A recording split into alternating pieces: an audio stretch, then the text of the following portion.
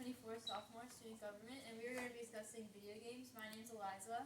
I'm Kelly. I'm Sarah. I'm Patrick. I'm Jason. I'm Jaden. I'm Ken. So just to briefly go over what video games are, it is a very popular form of entertainment, and there are many devices that it can be played on, such as cell phones, Xbox, PlayStation, desktop, and there are many more. And it is very easily accessible for anyone. And you can communicate with people and play with people who are all around the world. Online interaction is very common in video games, and in some of them it's even required to be able to play. Some ways communication is present is the ability to add friends and have a friends list. You can text messages through some games to other players. You can have audio calls with friends and players, and you can interact through the game itself. What are the benefits of gaming? Well, depending on the game played, it can be relaxing experience to release stress. Now, most games are not like that, but there are definitely some play. It's a fun distraction, and many kids play it, especially with their friends, and they play it for hours because it provides a way to spend time with friends, like I said before, and it allows you to meet people with common interests. Now, this could be good and bad because you can meet new people and become friends, but if you are young, you might not know who you're talking to. You could be talking to someone with a voice effect on where you can't tell if it's a male or a female. You can't tell if the person is young or old, and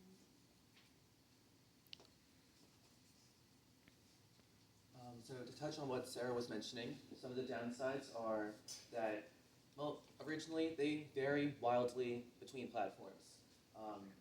Because mainly the biggest concern is that you can communicate with any strangers around the world, like they were mentioning before. As we've all heard, a lot of first-person shooter games, there's been cases where people claim that video games are inciting violence. This isn't always the case. All video games are not inciting violence. But you can't deny that there are some aggressive tendencies that are promoted through violent video games.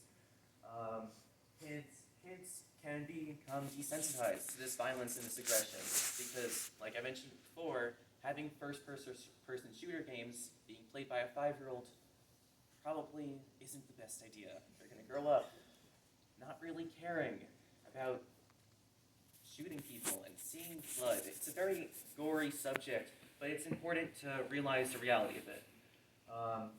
So when you're on these video games, obviously people get really invested in them. They're on there for hours, and it can be infuriating if you keep on losing. And especially if you're playing with strangers in some public forum or lobby, these people can exhibit these negative profanities or comments against young children, and they might not be expecting that because it's their first time being exposed to that. And this can rub off on people.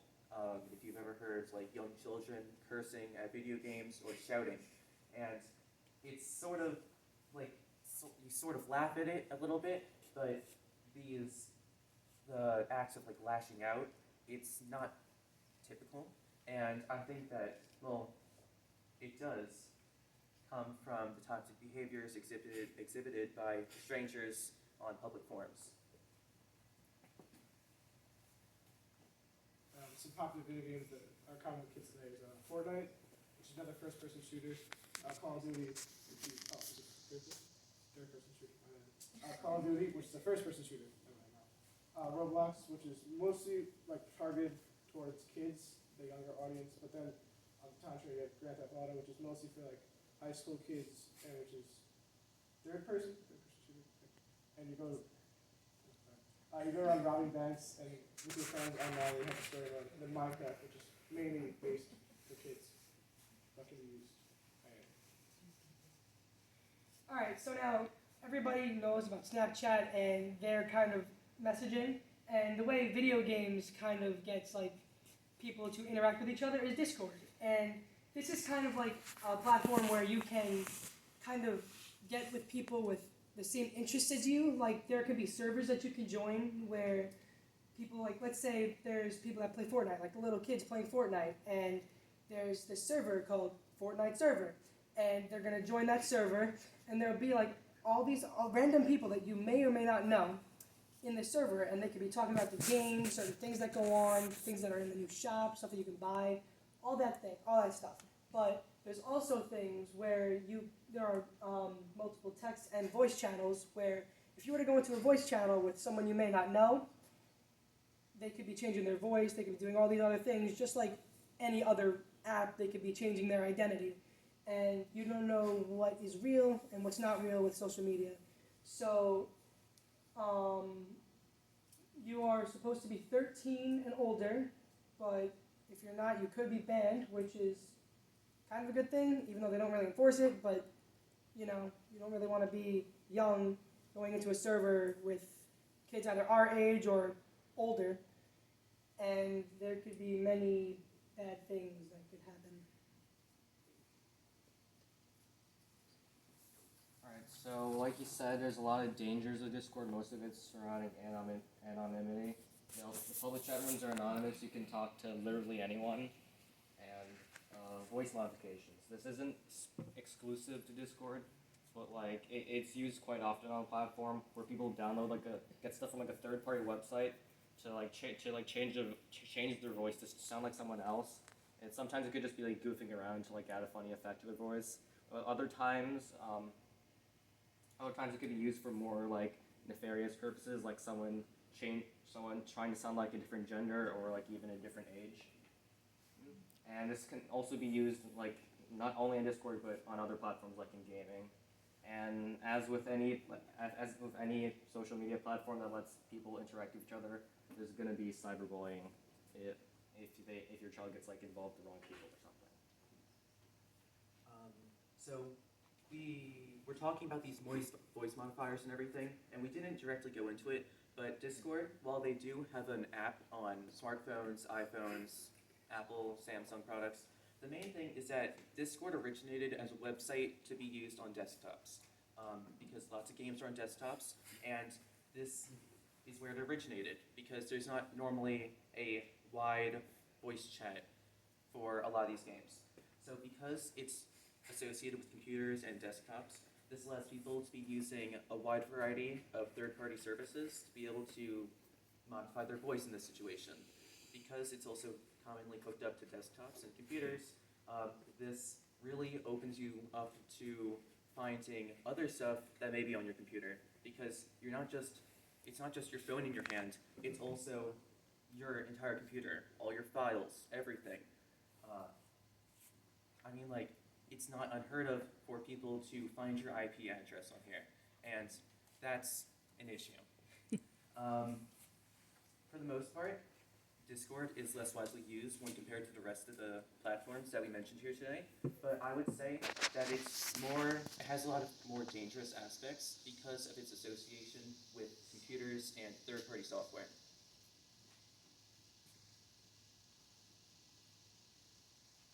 Any questions? Roblox and Minecraft, can you block like chat rooms?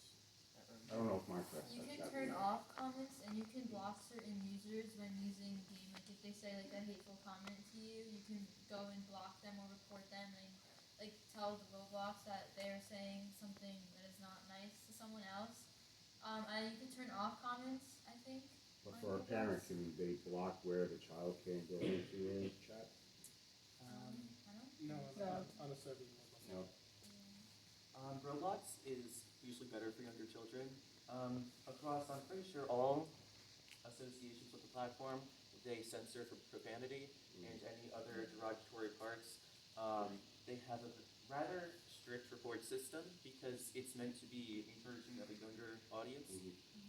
When you look at things like Grand Theft Auto, that is explicitly for a mature audience. When you open it up, it says 18 years and older. But I would say that that's probably the most widely abused game in that sense, where a lot of younger kids are playing it. The fact that its title is an illegal action amongst itself is sort of a comment on that. While the other games are first-person shooters, I don't mean to sound like some sort of like stooge here, but I'm like, it's openly promoting like crimes and like running people over with cars and just like general not great things. And it's like even if you're not interacting with anybody, the characters, like if they injure themselves or something, will just by themselves, they're programmed to scream curse words. So it's not the best place for children who are like below 10, which is why it's rated 18 and above. Now, on a desktop, if can we put in install VPN for a child I believe so. desktop Yeah. in order to save and protect them from detecting the IP IP address? Yeah. I believe that. So it's safer using a pay for Yeah. VPN installed Yeah. on the Yeah. desktop. But that still leaves you open to like other third-party softwares that I was talking about, like the voice modifiers. Yeah. Because when you're on an audio call with someone, because they're running a third-party software through there, Yeah. there could be some like 50-year-old man with the Yeah. deepest voice known to like humankind, but he sounds like a British girl, okay? And that might sound far-fetched, but it's very possible. Any other questions? Just curious, in the beginning, you mentioned that fifth graders get a talk from the older kids. Are you guys this frank with them? Like, do you tell them that there are people there who might be older men who disguise themselves as a young girl? Yeah, we Yep. Yeah. did the presentation a couple weeks ago, and we talked mostly about social media, but we also talked about gaming and how there are some dangerous people out there who can disguise themselves, and you should never trust any strangers that you're not aware who they are, and you should only communicate with your friends. While we didn't explicitly mention it in our presentation, the numbers of children using Discord has been rising. While a few years ago, we saw only like 1 or like 2 kids in about like 20 or 24 students using it. Now, like when I was at the elementary schools, I saw in one class, I saw 5 kids raise their hand that they used it. And when we were talking to them about it, they weren't really using it safely. They were communicating with strangers. They were well aware of that. They did not care. And they were just like, oh yeah, something can happen. But it's not really just about communicating with strangers, because I'm sure tons of kids know, oh, if some strange man tells me to be in a park at midnight by myself, you're not going to go there. But the thing is that, sort of going back to what I was mentioning before about IP addresses, if these people become angry at you or have some vendetta, they can have other ways of doing dangerous things besides just kidnapping you. Do you give these kids the same talk that you're saying today? Yes. Those kids are not music. Yeah, we used a little bit more like kid-friendly examples too. Like even for the voice changers, we did examples of how they could do that. And if there was like one of us here that could change their voice just now, and we could use like, let's say, oh, I have a voice changer here, and then I would just drop my voice deeply, so they'll be like, oh, wait a minute, that doesn't sound like you. Anybody could have any kind of voice, and you'll never know who it really is if you don't know who they are. Do you guys give talk to the middle school kids who just going to middle school? We talked to the 5th graders who are Fifth going to graders, be yeah. going. Yeah. Last year they did the 5th graders, so the 6th graders that are in Burner now had the same talk with us last year. Oh, good. Guess I never tell me about it. Anything else about Any Discord? other questions? We can answer other questions about things we didn't really talk about here, but are related. Sure, I had a question. Hi, I just want to introduce myself. I'm Gary Baldinger, Secretary Board of Education. I want to thank the parents for being here. And more importantly, I want to thank Student Advisory Council for being leaders and mentors for our district and for our young people. Ms. William, Ms. Lowell, thanks for allowing me to be here. Social emotional wellness is a board goal, and you guys are helping our young people, cope with being young people nowadays. My question for the Student Advisory Council is betting. Scares the hell out of me. Is it going on through that you know about, betting on sports games and Betting? stuff like that? Yes. In video Gambling games, is a problem. Gambling's a very Yeah. So the prominent question thing in video is, games. now there's obviously organized betting. I apologize for putting my back, but are they doing? Are people getting on betting apps Like, because you have to be It's not 18 only- or 21. Sometimes Yeah. in But the high just- school, It- people are doing it. There's stuff going around. It's not. It's not only like people don't only like bet through like games that are designed to bet, and like a lot of big studio games as well as like games that are like commonly seen as child friendly like Roblox. Like the thing about Roblox is that it's not one game. It's like a collection of like user made games that people go and play on. And the thing about that is that anyone can make one, and there's usually not a lot of regulation. Oh, I see. So And, they do their own homemade app type things. Yeah,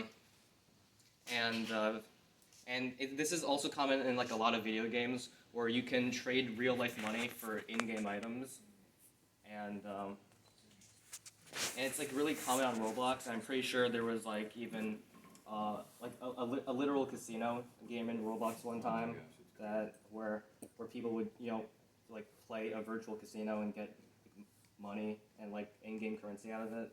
It's taken down, but the practice is still prevalent.